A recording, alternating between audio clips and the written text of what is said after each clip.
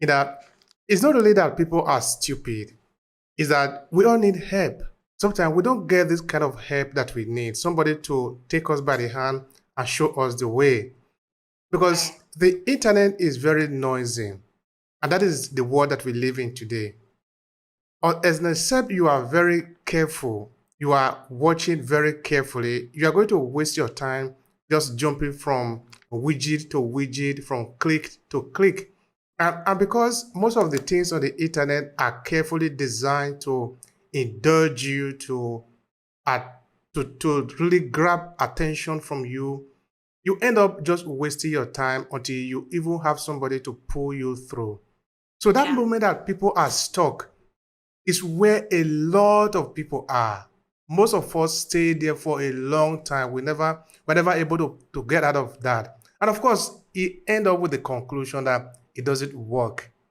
It doesn't work because we don't know how to make it work. This is Yeah. challenging. Yeah, and that's where I was, as I said. It is very challenging to try and navigate the process of figuring out what it is you're supposed to do and how to go about that. And that's why for me, for years, I I knew there was something for me to do, but I didn't know how to do it. And I felt like I was cheating people because I know that there are a lot of people that felt the way I felt. You know, you're just going to work, going through the motion, but you feel there is more. There's a better way and there's a better life. And there's just really no example. And I just, even when I figured out that it was coaching that I was supposed to do, fear still kept me back because I didn't know how to figure it out and I didn't know the process. And I felt like no one is going to listen to me. Who's going to listen to me? Right? That voice, that fear and doubt comes in even when you decide to go after it. But one thing I've learned is that it doesn't matter what you do in life, fear will always be there. So you have to learn how to navigate that and understand that. But the one thing that I've also learned, and maybe it's because the way I got into coaching, is that I felt I had no choice, and so I had to figure it out.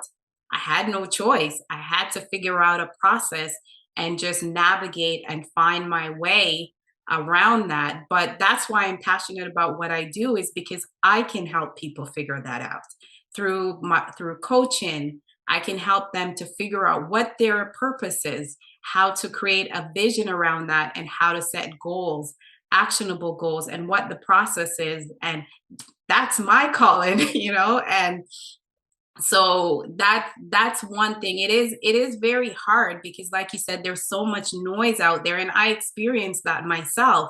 But the one thing that I want your audience to understand is that learning and growth is a process, and sometimes you have to learn, and you have to go through the different and navigate the different things and the different ways until you find your way. But and don't give up along the way. As long as you're making progress and you're moving and you're going ahead, you will find the way, and you'll find the right person to help you along the way. Thank you for that, Stefan. That is really very important. Because if you don't stop, you will get somewhere. But if you remain where you are, of course, you are not going anywhere now because you are just in the smoke. So it is better that you keep moving. Of course, you are going to fail a number of times. I remember the 2020 year when I just started to get this thing started, and this podcasting thing. I did a whole year on self-improvement, and where we talked a lot about our human behavior, things that we really supposed to do, how to learn about how to improve our level of communication, to overcome fear, and why not even how to tap into our loneliness, because all these things are important for us. We cannot discover ourselves be in the crowd. The crowd doesn't do that for you. You are Yeah. just going to be a number. For you to really discover who you are going to need some prime time, like Les Brown would say. You need some time just for you. Try Right. to ask yourself, why are you here? You know, I also learned another thing along the way, that sometimes we are too short sighted to think about our life as if life is just about the day we were born and the day we die. But it is not. We are here for thousands of years. After we are gone, people are going to carry on our experience. That is why sometimes in Africa it is believed that we live forever. We live forever because we live in the experience we have with people or we give to people. So the question is, what kind of life do you want to live after you are gone from after you have transited? How do you want to impart the word? What do you Well, want your name to mean? Yeah, you yeah. want to say something there, please go. Yeah, and for me, I think I don't know if you're familiar with Miles Monroe. He says, for us to die empty. So to really give, I believe that living is given. And so to give everything that you have inside of you and leave it all here, I think that's the way for me that I want to be remembered is that I gave it all and I left it all here and to That, die empty. that's highly valuable. That is highly valuable. And because I think now, if we begin to see that, if we begin to see beyond let's be very generous that we are going to live up to 130 years old before we die. But after that, this world is still going to continue. So, what do we want to be remembered for? The consequence of this is that if we know this, then we suddenly become very careful the kind of life we live. Our life then come to have meaning because we have a path that we are going. Because suddenly now we realize that it's not going to be easy all the way, but we are going to travel this trajectory because we have a destination. We want to live a life of meaning, of purpose, instead of just in bubble and just jumping around. So I'm finding a lot of interest in the conversation today. It's very interesting. But I want you to help me as we are moving towards your coaching now.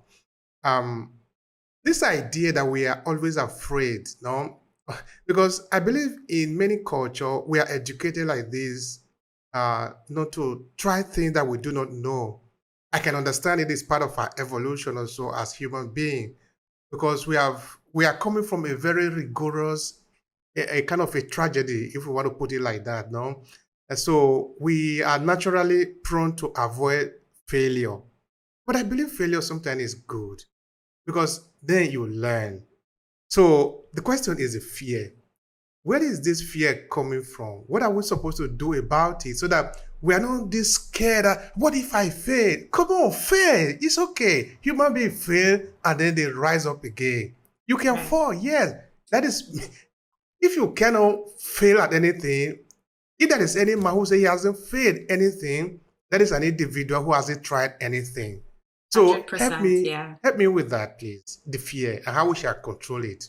I think we as human beings, our natural instinct is survival, right? So when you're in that survival mode, fear comes in. If you think about the animal instinct when they're out in the wild, right? They're looking around to see what's happening, if there's anything there. And I think that's a natural instinct. And I don't think fear will ever go away. However, failure is always part of the process of growth and development. And you learn from that. And that helps you to grow. So failure doesn't mean that it's the end. It just means maybe not this way. Maybe you need to tweak your system. Maybe you need to go back to the drawing board and do it a different way. So failure is not an end. It's a learning experience and it's there to learn you, to teach you. And you learn from that and you grow from that.